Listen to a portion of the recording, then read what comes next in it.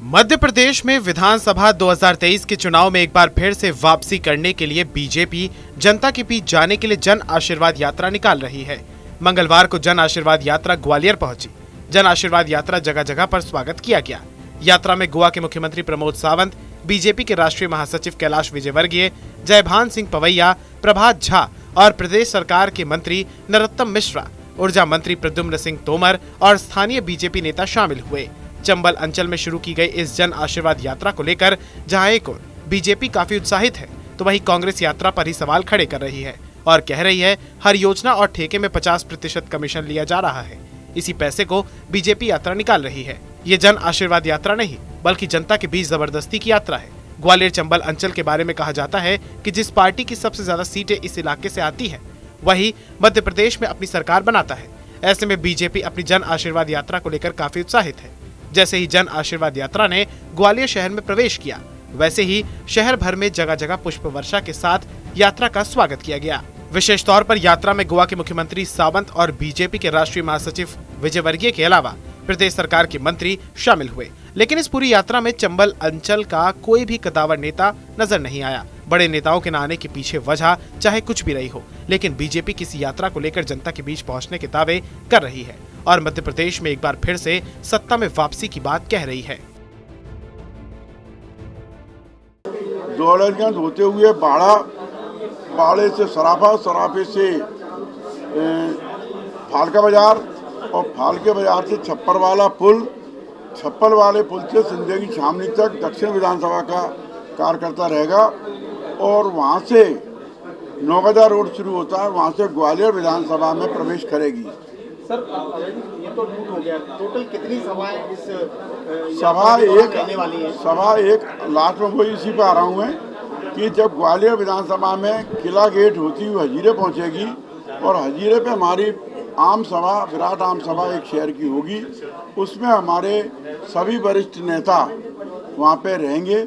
उसमें हमारे माननीय कैलाश विजयवर्गीय जी रहेंगे, वहाँ पे हमारे गोवा के मुख्यमंत्री प्रमोद सावंत जी रहेंगे, वहाँ हमारे प्रवेश वर्मा जी दिल्ली के सांसद जी रहेंगे, हमारे जयभान सिंह जी पवैया साहब रहेंगे, हमारे प्रभात झा साहब रहेंगे, नरोत्तम मिश्रा जी रहेंगे, प्रद्युम्न सिंह तोमर साहब रहेंगे, हमारे इस यात्रा के 5 नंबर यात्रा के प्रभारी रणवीर सिंह रावत जी रहेंगे और जो सब और भी हम केंद्रीय नेताओं से आग्रह कर रहे हैं, उनसे चर्चा कर रहे हैं, कोशिश कर रहे हैं कि उनको अगर समय मिल जाए, क्योंकि इस समय प्रदेश में सब यात्राएं चल रही हैं। बीजेपी की जन आशीर्वाद यात्रा को लेकर कांग्रेस बीजेपी पर गंभीर आरोप लगा रही है। कांग्रेस का कहना है कि ये बीजेपी की नौटंकी है। बीजेपी ने योजना और ठेकों में 50% कमीशन लेकर काफी पैसा कमाया है, इसलिए जन आशीर्वाद यात्रा नहीं बल्कि जनता के बीच जबरदस्ती की यात्रा है। भ्रष्टाचार और घोटाला कैसा है, ये उसी की बर्बादी चल रही है। बीजेपी ने अपनी राज्य स्तरीय महिला हितग्राही सम्मेलन में करोड़ों रुपए पानी की तरह बहा दिए। ऐसे में अब जन आशीर्वाद यात्रा बीजेपी क्यों निकाल रही है? क्या महंगाई बढ़ने पर जनता इनको आशीर्वाद देगी, या एमपी में 1 करोड़ बेरोजगार कर दिए हैं वो इन्हें आशीर्वाद देंगे, या फिर किसानों की खाद, बीज, बिजली महंगी कर दी गई है, तो ऐसे में क्या वो किसान बीजेपी को आशीर्वाद देंगे? कोई भी वर्ग बीजेपी को आशीर्वाद नहीं देगा। यात्रा में पैसे देकर लोगों को बुलाया जा रहा है। ये जबरदस्ती की बीजेपी की वसूली है।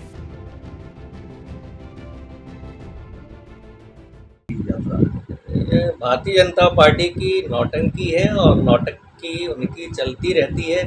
पैसा बहुत कमाया है, 50% कमीशन हर योजना में, हर ठेके में लिया जा रहा है। तो बस ये जन आशीर्वाद यात्रा नहीं है, ये ज़बरदस्ती आशीर्वाद यात्रा है।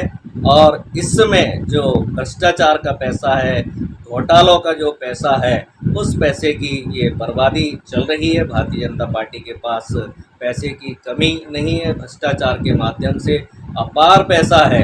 आप देखिए ग्वालियर में जब इनकी यात्रा निकली तो जो टेंट 1 लाख, 2 लाख, 5 लाख रुपए में लग सकता था, वहाँ करोड़ों रुपए पानी की तरह इन्होंने बर्बाद कर दिया गया है। और वैसे तो इनको शर्म आनी चाहिए कि आशीर्वाद यात्रा क्या महंगाई बढ़ा दी है, इसके लिए आशीर्वाद यात्रा निकली है?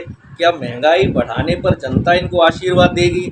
क्या 1 करोड़ से ज़्यादा बेरोजगार मध्य प्रदेश में कर दिए हैं? क्या वो बेरोजगार लोग इनको आशीर्वाद देंगे? क्या किसानों के जो खाद है, बीज है, बिजली है, ये सब महंगा कर दिया है, तो क्या किसान इनको यात्रा देंगे, आशीर्वाद देंगे? तो कोई भी वर्ग इनको आशीर्वाद देने के लिए तैयार नहीं है।